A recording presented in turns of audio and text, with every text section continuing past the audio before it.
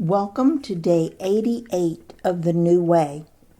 I'll read Luke 6:39 through 40. He also told them this parable.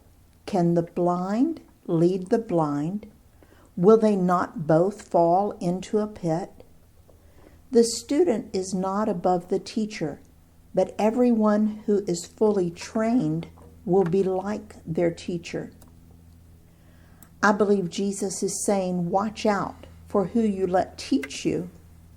As a child, that decision is left up to your parents, but as you get older, more and more you will have to make the choice for yourself. I remember a teacher that I had in high school.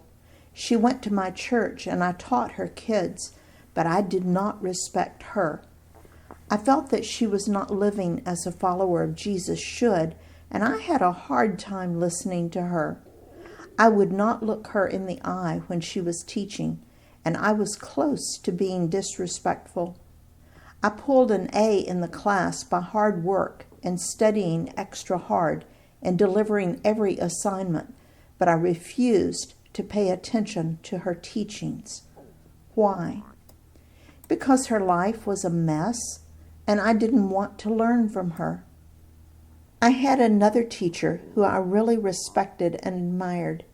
I listened to his lectures and really wanted to know everything I could learn from him.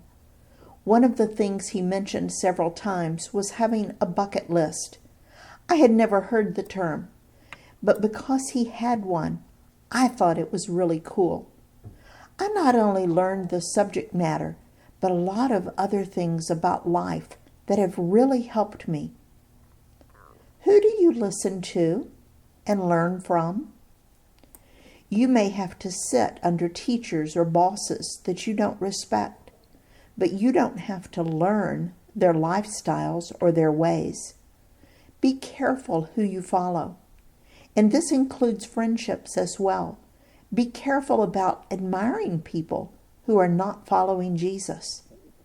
You can choose who to let influence your life, but choose carefully.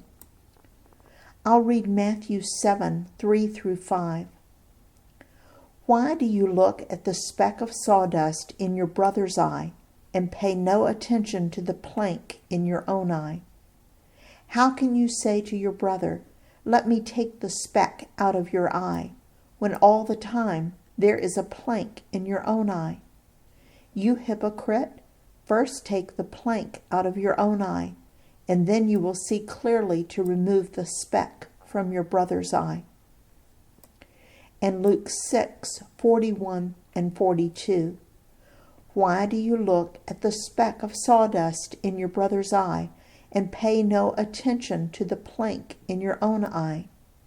How can you say to your brother, brother, let me take the speck out of your eye, when you yourself fail to see the plank in your own eye?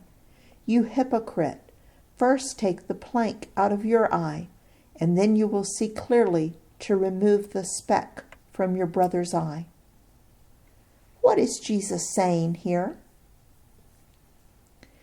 Don't try to help or point out someone else's problems until you first address your own problems, which may be even greater.